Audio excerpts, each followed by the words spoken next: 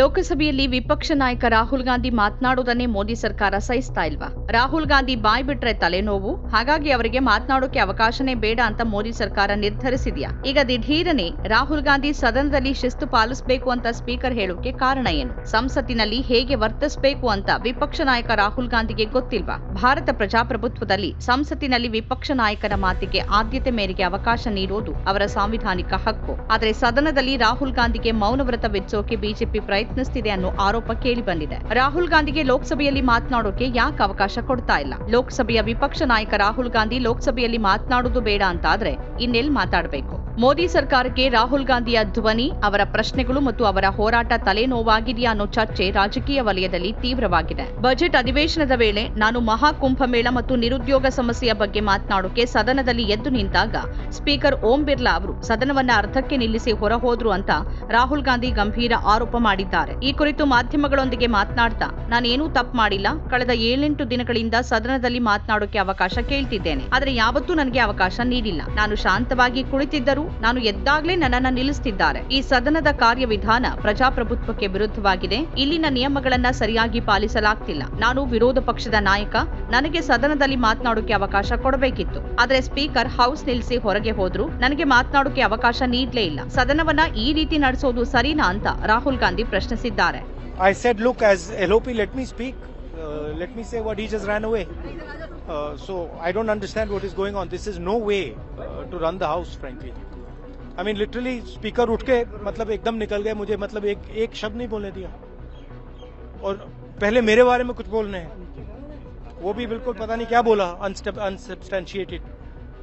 और फिर मतलब मैं खड़ा हुआ, मैंने कहा कि देखिए मुझे बोलने दीजिए, आपने मेरे बारे में कुछ बोला है, घूम कर चले गए और कोई मतलब अर्जन कर दिया, कोई जरूरत नहीं थी. ಅದಷ್ಟೇ ಅಲ್ಲ, ನಾನು ಪ್ರಧಾನಮಂತ್ರಿ ಕುಂಭಮೇಳದ ಕುರಿತು ಮಾತನಾಡಿದಾಗ ಅದನ್ನ ಒಪ್ಪಿಕೊಂಡು ನಿರುದ್ಯೋಗದ ಸಮಸ್ಯೆ ಬಗ್ಗೆ ಕೆಲವು ವಿಷಯಗಳನ್ನ ಹೇಳೋಕೆ ಪ್ರಯತ್ನಿಸಿದ್ದೆ, ಆದ್ರೆ ನನಗೆ ಅವಕಾಶ ನೀಡಲಾಗ್ಲಿಲ್ಲ. ಪ್ರತಿಯೊಬ್ಬ ಸದಸ್ಯರಿಗೆ ಸದನದಲ್ಲಿ ತಮ್ಮ ಅಭಿಪ್ರಾಯವನ್ನ ವ್ಯಕ್ತಪಡಿಸುವ ಹಕ್ಕಿದೆ, ಆದ್ರೆ ಇಲ್ಲಿ ಸರ್ಕಾರದ ಭಾಷಣಗಳಿಗೆ ಮಾತ್ರ ಅವಕಾಶ ಇದೆ, ವಿಪಕ್ಷಕ್ಕೆ ಅವಕಾಶವೇ ಇಲ್ಲ ಅಂತ ರಾಹುಲ್ ತೀವ್ರ ವಾಗ್ದಾಳಿ ನಡೆಸಿದ್ದಾರೆ. ಇದಕ್ಕೆ ಪ್ರತಿಯಾಗಿ ಸ್ಪೀಕರ್ ಓಂ ಬಿರ್ಲಾ ಸದನದ ಶಿಸ್ತಿನ ವಿಷಯವನ್ನ ಪ್ರಸ್ತಾಪಿಸಿದ್ದಾರೆ. ಸದನದ ಗೌರವ ಮತ್ತು ಶಿಸ್ತು ಕಾಯ್ದುಕೊಳ್ಳುವುದು ಪ್ರತಿಯೊಬ್ಬ ಸದಸ್ಯನ ಕರ್ತವ್ಯ. ನಾನು ಕಳೆದ ಕೆಲ ದಿನಗಳಿಂದ ಗಮನಿಸ್ತಾ ಇದ್ದೇನೆ, ಕೆಲವು ಸದಸ್ಯರ ನಡೆ ಸದನದ ಹೈ ಸ್ಟ್ಯಾಂಡರ್ಡ್ಗೆ ತಕ್ಕದಾಗಿಲ್ಲ. ಈ ಸದನದಲ್ಲಿ ತಂದೆ ಮಗಳು, ತಾಯಿ ಮಗಳು, ಪತಿ ಪತ್ನಿ ಇಬ್ಬರೂ ಸದಸ್ಯರಾಗಿರುವ ಉದಾಹರಣೆಗಳಿವೆ. ಅಂತಹ ಸದಸ್ಯರು ಸದನದ ಶಿಸ್ತನ್ನ ಅನುಸರಿಸಿದ್ದಾರೆ. ಇದೇ ರೀತಿಯಾಗಿ ನಾನು ವಿರೋಧ ಪಕ್ಷದ ನಾಯಕರು ಸದನದ ನಿಯಮ, ಶಿಸ್ತು ಪಾಲಿಸುವ ನಿರೀಕ್ಷೆ ಹೊಂದಿದ್ದೇನೆ. ನಿಯಮ 349ರ ಪ್ರಕಾರ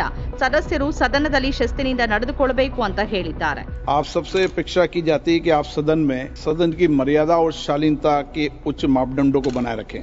सदन में मेरे संज्ञान में ऐसी कई घटनाएं हैं जब मान्य सदस्यों के आसन सदन की उच्च परंपराओं मापदंडों के अनुरूप नहीं है. इस सदन में पिता पुत्री, माँ बेटी, पति पत्नी सदस्य रहें. इस परिप्रेक्ष्य में मेरा नेता परिपक्ष से अपेक्षा है कि लोकसभा प्रक्रिया कार्य संचालन नियम 349 के वर्णित सभा में पालनीय नियमों के अनुरूप सदन में आचरण व्यवहार करें, जो सदन की मर्यादा और प्रतिष्ठा के अनुरूप रहना चाहिए. मैं पुनः आग्रह करता हूं, इस सदन में विशेष रूप से प्रतिपक्ष के नेता से तो ये अपेक्षा की जाती है. ಬುಧವಾರ ಬಿಜೆಪಿ ಬಿಡುಗಡೆ ಮಾಡಿರುವ ವಿಡಿಯೋ ಒಂದರಲ್ಲಿ ಸಂಸತ್ತಿನಲ್ಲಿ ಕುಳಿತ ಸೋದರಿ ಪ್ರಿಯಾಂಕಾ ಗಾಂಧಿ ಬಳಿ ಬರುವ ರಾಹುಲ್ ಗಾಂಧಿ ಅವರು ಪ್ರಿಯಾಂಕಾ ಅವರ ಮುಖವನ್ನ ಪ್ರೀತಿಯಿಂದ ಮುಟ್ತಾರೆ. ಆಗ ಪ್ರಿಯಾಂಕಾ ರಾಹುಲ್ಗೆ ಕೂತ್ಕೊಳ್ಳೋಕೆ ಹೇಳ್ತಾರೆ. ಇದನ್ನೇ ಇಟ್ಕೊಂಡು ರಾಹುಲ್ ಗಾಂಧಿಗೆ ಸಂಸತ್ತಿನಲ್ಲಿ ಸರಿಯಾಗಿ ವರ್ತಿಸಬೇಕು ಅಂತ ಸ್ಪೀಕರ್ ಹೇಳಿದ್ದಾರೆ. ಕಾಂಗ್ರೆಸ್ ಯುವರಾಜ ಎಂದಿನಂತೆ ಮತ್ತೊಂದು ಮುಜುಗರ ತಂದುಕೊಂಡಿದ್ದಾರೆ ಅಂತ ಟೀಕಿಸಿದೆ.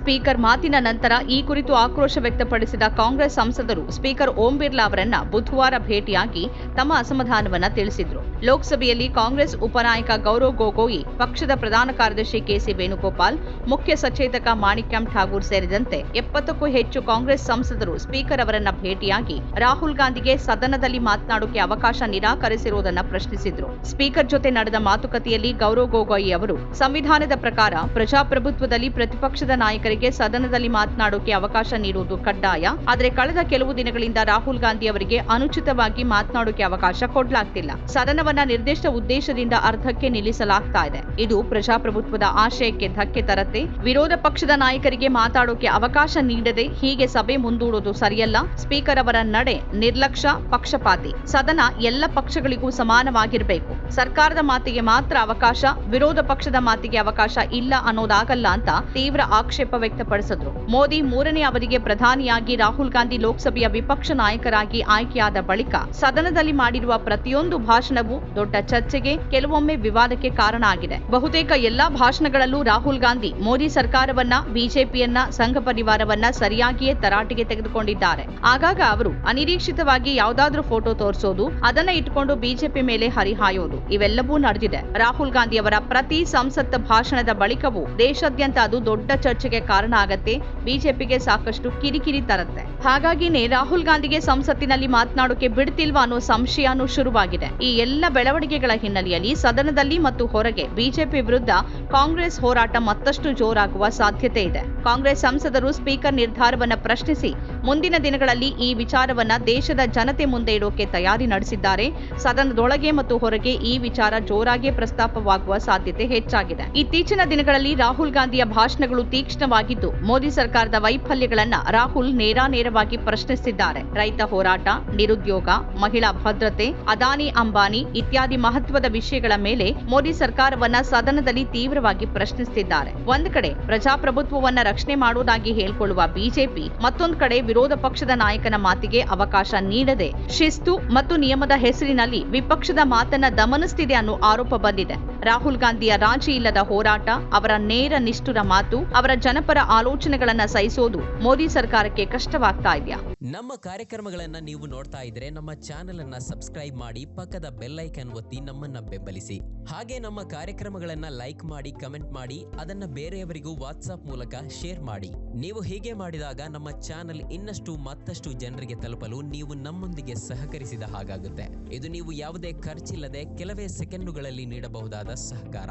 ಧನ್ಯವಾದಗಳು.